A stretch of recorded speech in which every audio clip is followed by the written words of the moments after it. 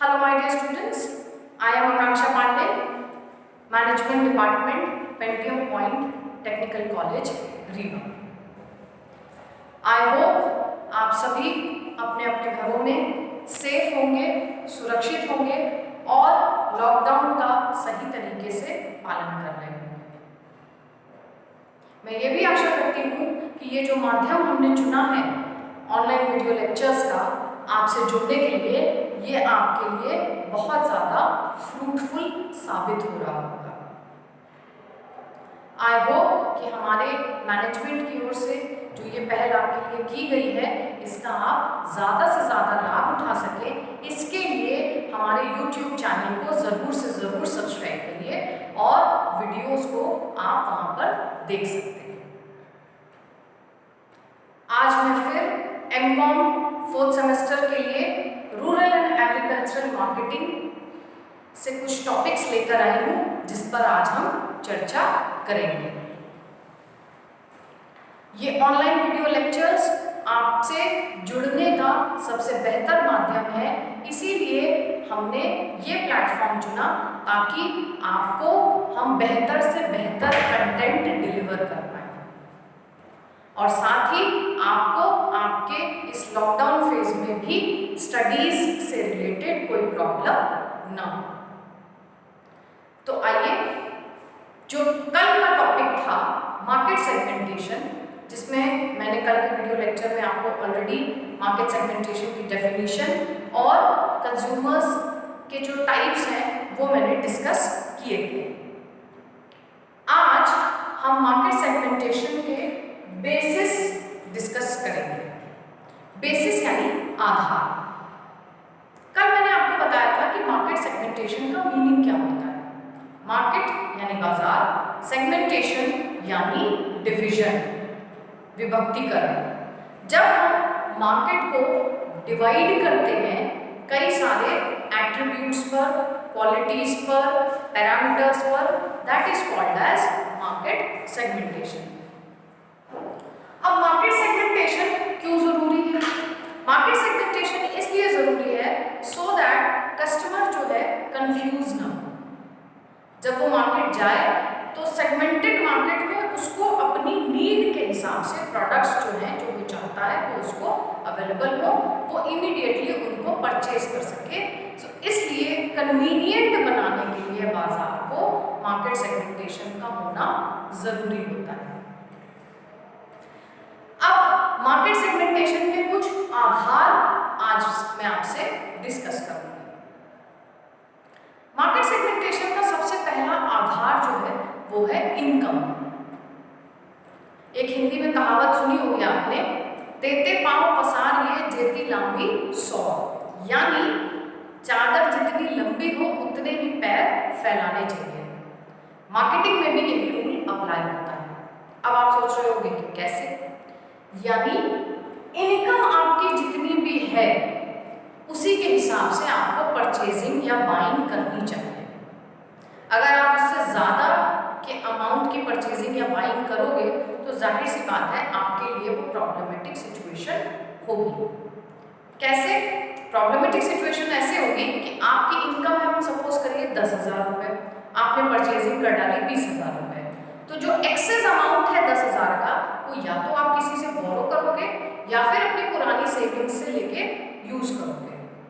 Disbalance होगा, क्योंकि सरकार भी ये बोलती है कि अगर आप 100 रुपये कमा रहे हो तो उसमें 60% आपको खर्च करना है और 40% जो है सेव करना है। 60:40 का रेशियो अगर आप मेंटेन करके चलोगे तो आपको कभी भी फाइनेंशियल क्राइसिस, फाइनेंशियल क्रक्स नहीं होगा। सो सेगमेंटेशन का जो सबसे पहला आधार है इनकम, आई होप आपको क्लियर होगा। इनकम के हिसाब से अपने बाइंग पैटर्न्स रखने चाहिए। ये नहीं कि मेरी इनकम है 10,000 रुपये और मुझे मेरे फ्रेंड ने आईफोन खरीदा 1.5 लाख रुपए का, तो अब मेरे को वही फोन चाहिए। This should not happen. ये केस नहीं होना चाहिए, क्योंकि जो सरप्लस अमाउंट है वो आप कहाँ से लेके आओगे? Right. So I hope first point आपको क्लियर होगा इनकम का। सेकेंड पॉइंट पे हम आते हैं, दैट इज एज। एज यानी आयु। अब आप जब मार्केट जाते हो तो आप देखते हो कि कि जिस एज का व्यक्ति है वो अपनी एज के हिसाब से उसकी बाइंग हैबिट्स होती है। कोई छोटा बच्चा है 10 से 12 साल 15 साल, अगर वो कपड़े खरीदने जाते हैं तो जाहिर सी बात है वो ब्राइट कलर्स के कपड़े खरीदते हैं क्योंकि उनके ऊपर ब्राइट कलर्स के कपड़े अच्छे लगते हैं। थोड़े मिडिल एज ग्रुप लोग हैं 30 प्लस, वो लोग जो है अपने एज के हिसाब से, प्रोफेशन के हिसाब से सोबर रंग पहनना पसंद करते हैं। थोड़े और एजेड लोग हैं जैसे 60 प्लस, अगर वो लोग कुछ कपड़े खरीदने जाते हैं तो जाहिर सी बात है वो एकदम ही लाइट कलर्स जैसे ग्रे है, ऑफ वाइट है, इस टाइप के कपड़े कलर्स खरीदना पसंद करते हैं। तो बाइंग हैबिट जो है आपने देखा कि एज के हिसाब से डिफर करती है। अगर आप एकदम ही छोटे बच्चों के लिए कपड़े खरीदने जाओगे या गर्ल्स और बॉयज के लिए कपड़े खरीदने जाओगे तो that differs from age to age. So that is the second basis for market segmentation या बाजार विभक्तिकरण। अगला जो आधार है वो है एजुकेशन यानी शिक्षा। हर व्यक्ति की माइंड पैटर्न जो है वो डिफर करती है एज पर देयर एजुकेशन। आपने देखा होगा कि जो व्यक्ति कम एजुकेटेड होते हैं उन्हें उतना ज़्यादा ब्रांड्स के बारे में नॉलेज नहीं होती है, तो वो नॉर्मल प्रोडक्ट्स जो है वो खरीदते हैं एज पर देयर डिमांड और उन्हीं प्रोडक्ट से वो अपने नीड्स को सेटिस्फाई करते हैं। थोड़े ज़्यादा पढ़े लिखे लोग होते हैं, they are more aware of the market, जो मार्केट में चल रहा है, trend, brand, international brand, local brand, जो भी डोमेस्टिक ब्रांड्स हैं, बाहर के ब्रांड्स हैं, उनको सब चीज़ के बारे में नॉलेज होती है और वो अपनी नीड्स और वांट्स को सेटिस्फाई करने के लिए जो अलग अलग तरीके के ब्रांड्स हैं उनको प्रेफर करते हैं। अब ये उनको नॉलेज कहाँ से मिलती है, ये उनको एजुकेशन कहाँ से मिलती है? जाहिर सी बात है कहीं ना कहीं उनकी शिक्षा, उनकी एजुकेशन जो है उनको एक बेसिस प्रोवाइड करती है और वो ज़्यादा अलर्ट रहते हैं मार्केट को लेकर। इसलिए एजुकेशन के हिसाब से भी अगर आप लोगों को देखोगे तो लोगों का बाइंग पैटर्न जो है वो अलग अलग होता है। नेक्स्ट हम बात करेंगे प्रोफेशन की। प्रोफेशन अगर हम देखें तो जैसे अलग अलग प्रोफेशन से जुड़े लोगों की रिक्वायरमेंट्स अलग होती हैं, चाहे वो क्लोथिंग हो, चाहे वो बैग्स हो, चाहे वो शूज़ हो, एक्सेसरीज हो, एक्सेट्रा एक्सेट्रा।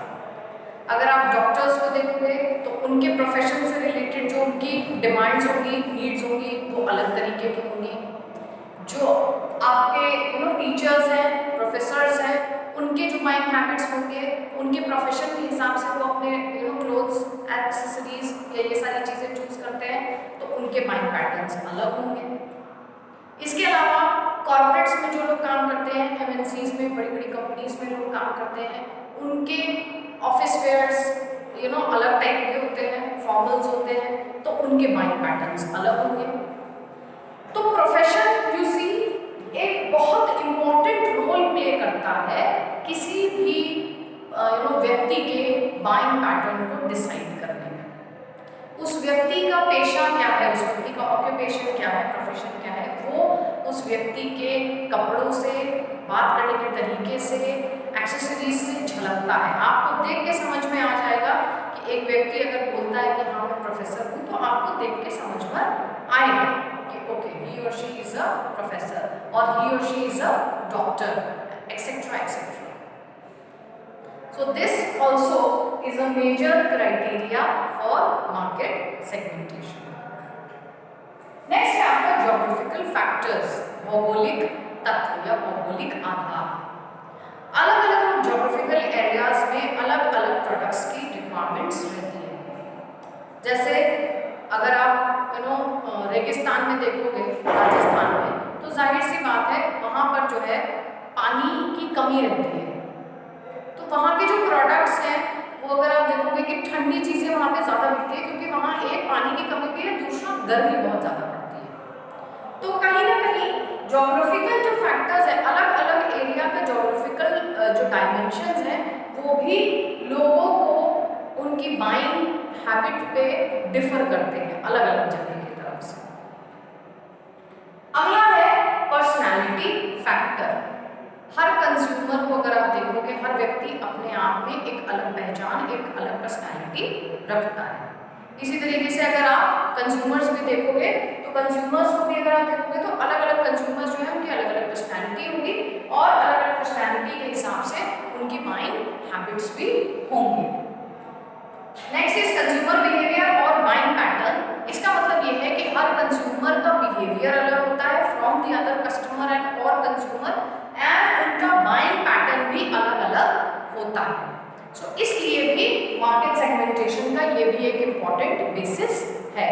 आई होप आपको ये टॉपिक जो है क्लियर हुआ होगा। Stay tuned for more video online lectures. Subscribe to our YouTube channel. Stay home, stay safe.